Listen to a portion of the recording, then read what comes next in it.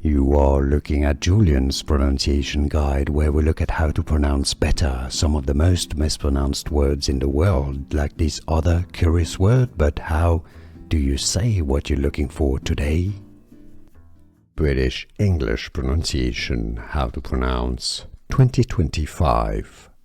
As a date, the number would be 20 or 2025, but as a date 2025. American English pronunciation 2025.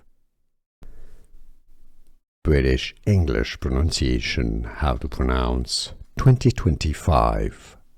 As a date, the number would be 20 or 2025, but as a date 2025. American English pronunciation 2025. British English pronunciation, how to pronounce 2025. As a date, the number would be 20 or 2025, but as a date 2025. American English pronunciation 2025. Here are more videos on how to pronounce more confusing words and names too many mispronounced. Like this video if you found it useful. I appreciate your support. I'll see you soon and thanks for watching.